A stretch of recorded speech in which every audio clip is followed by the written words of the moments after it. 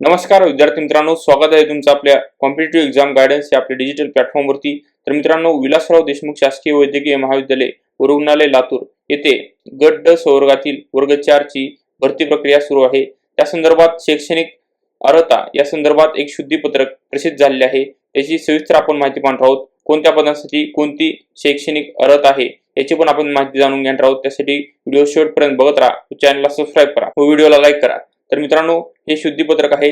यामध्ये त्यांनी असं म्हणलं आहे की विलासराव देशमुख शासकीय वैद्यकीय महाविद्यालय व रुग्णालय लातूर येथील गट ड चतुर्थ श्रेणी संवर्गातील विविध 79 पदे सरळ सेवेने भरण्याबाबतची जाहिरात दिनांक 20/8/2026 रोजी प्रसिद्ध करण्यात आली होती आणि या शुद्धीपत्रकानुसार खालीलप्रमाणे सुधारणा करण्यात येत आहेत। या जाहिरातीमध्ये खालील सुधारणा जी केली आहे ती शैक्षणिक अर्हता आहे। शैक्षणिक अर्हतामध्ये कोणत्या पदांसाठी कोणती शैक्षणिक पात्रता आणि अर्हता आहे त्या संदर्भात आपण जाणून घेऊयात। जाहिरातीमध्ये नमूद पदांसाठी अर्ज करणे कामी जाहिरात प्रसिद्ध दिनांक 20/8/2026 रोजी उमेदवाराने पुढीलप्रमाणे शैक्षणिक अर्हता पूर्णतः धारण करणे आवश्यक आहे। महाराष्ट्र शासन सामान्य प्रशासन विभाग यांच्याकडील दिनांक 6 जून 2017 च्या अधिसूचनेनुसार उमेदवार कोणत्याही शासन मान्यता प्राप्त माध्यमिक शालांत परीक्षा 10वी परीक्षा उत्तीर्ण असणे आवश्यक आहे असे नमूद करण्यात आले आहे। त्याऐवजी जाहिरातीमध्ये नमूद पदांसाठी अर्ज करणे कामी जाहिरात प्रसिद्धी दिनांक 20/8/2026 रोजी उमेदवाराने पुढील प्रमाणे शैक्षणिक अर्हता पूर्णतः धारण करणे आवश्यक आहे असे त्यांनी सांगितलेलं आहे। तर मित्रांनो, आधीच्या जाहिरातीमध्ये त्यांनी फक्त 10वी उत्तीर्ण असणं असे सांगितलं होतं। शैक्षणिक पात्रता मध्ये त्यांनी 10वी उत्तीर्ण पाहिजे सांगण्यात आलं होतं। त्यानंतर आता नवीन शुद्धीपत्रकामध्ये ही शैक्षणिक अर्हता जी आहे ती यामध्ये काही बदल करण्यात आलेले आहेत। पदानुसार आपण शैक्षणिक अर्हता पाहूयात आणि मराठी भाषेचे ज्ञान आवश्यक आहे असे देखील त्यांनी म्हणलेलं आहे।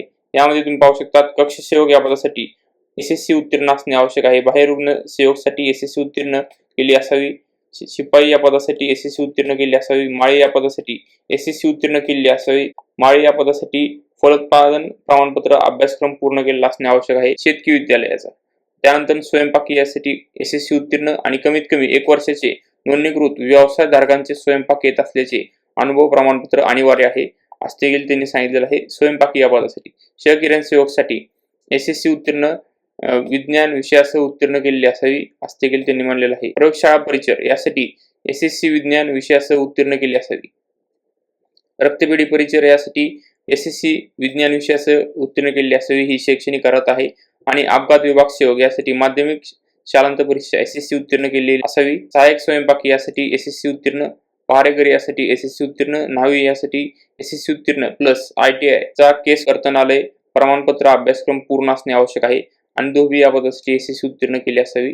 उपरोक्त प्रमाणे शैक्षणिक अर्हता वाचण्यात यावी व समजण्यात यावी असे देखील त्यांनी म्हणलेलं आहे। तर मित्रांनो, या शुद्धीपत्रकामध्ये पदानुसार शैक्षणिक अर्हता जी आहे ती बदलण्यात आलेली आहे। ही नवीन शैक्षणिक अर्हता आहे।